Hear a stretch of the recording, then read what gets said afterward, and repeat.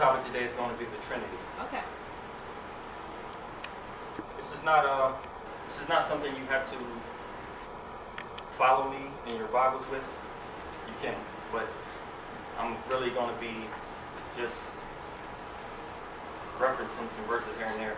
I may read a few, but this is more about just listening. Write them down.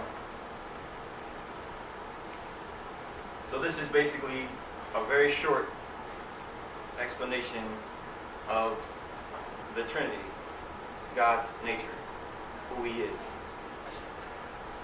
The word Trinity is two words, kind of explains it.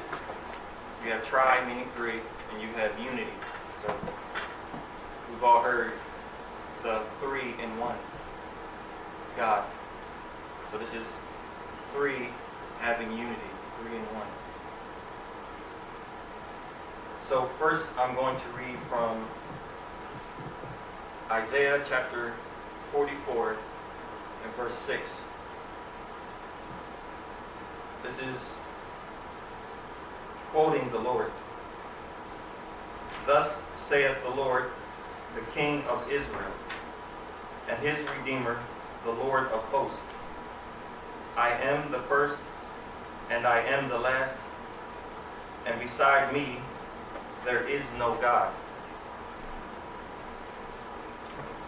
There is no God in addition to Him. So there are not two beings or two gods.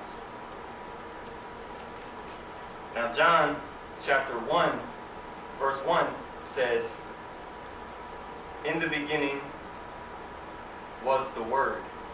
You can substitute that word with in the beginning was the Christ, or in the beginning was the Son. In the beginning was the Word, and the Word was with God, and the Word was God. Now we just read that, quoting the Lord, He said Himself, there is no God beside me. He refers to Himself as I and me, singular.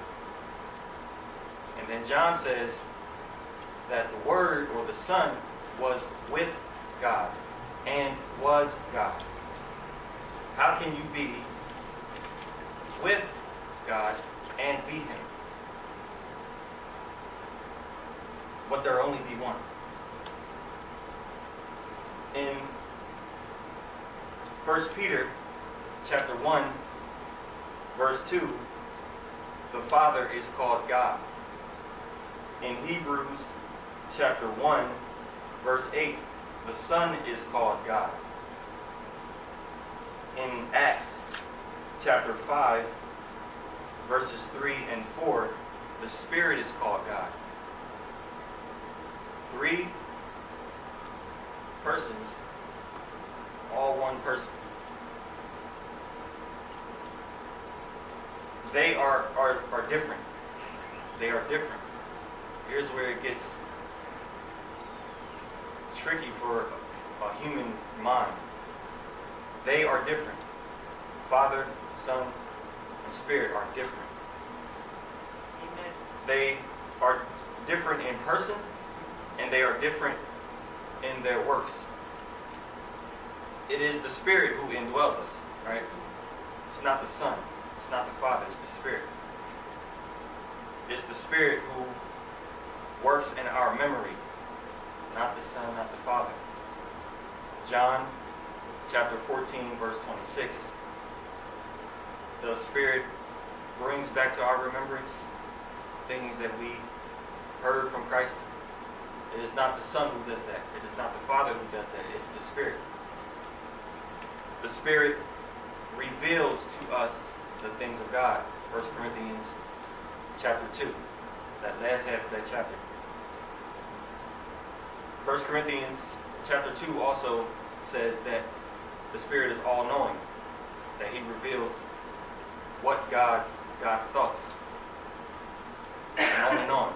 The Son is the way. We know He's the way for salvation. He's the person who went to the cross, provided redemption for us as sinners, took our penalty upon himself, gave us his righteousness. It is not the Father who's the way. It's not the Spirit who's the way, it's the Son. The Father planned it all.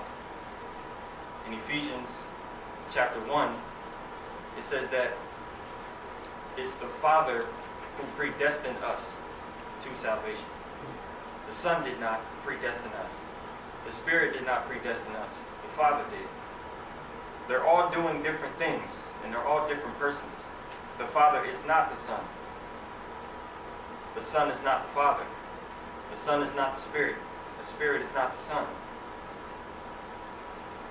But they are all the one God.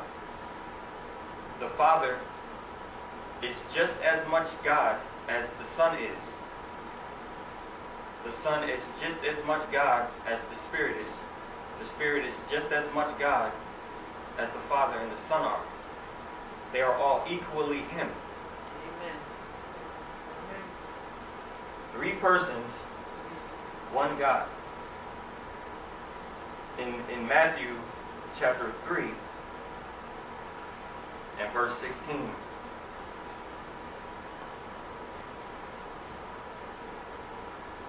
this is Jesus' baptism. It says, "And Jesus, when he was baptized, went up straightway out of the water. And lo, the heavens were opened to him. And he saw the Spirit of God descending like a dove." The Spirit was not a dove. It says it descended like one. And lighting on him, or resting on him. Verse 17. "And lo, a voice from heaven saying, This is my beloved Son, in whom I am well pleased." You have the Son on earth. You have the Spirit coming down from heaven. You have the Father in heaven. How can one person be 3 different places? You expect me to answer that? I'm sorry. I can't. Now, a lot of people deny the Bible's authenticity because of this, because of the Trinity. We as Christians, let's just admit it, we can't comprehend it either. I can't figure it out either. I can understand it. I can understand exactly what the Bible teaches, but that's all. We can only get to what God reveals anyway.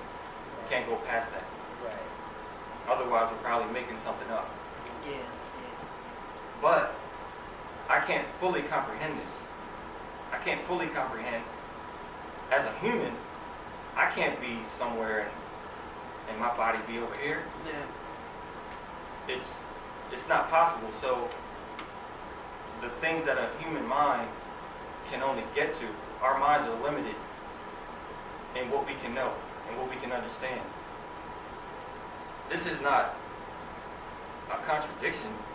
This is just proof that God is past us finding him out. This is proof of his divinity. Romans chapter 11, verse 33 said that God is past finding out. My dad used to say to me, we will have all eternity to figure God out, and we never will be able to. And I used to respond to him, you need to stop drinking. No, I'm kidding. But seriously, he's right. He's right. If you think about that, you think about how advanced God is, all eternity, and you will never truly, fully figure him out. It's incredible. We can't comprehend the Trinity fully, but we sure can believe it. It's biblical. Amen? Mm-hmm. Amen. Amen. Amen.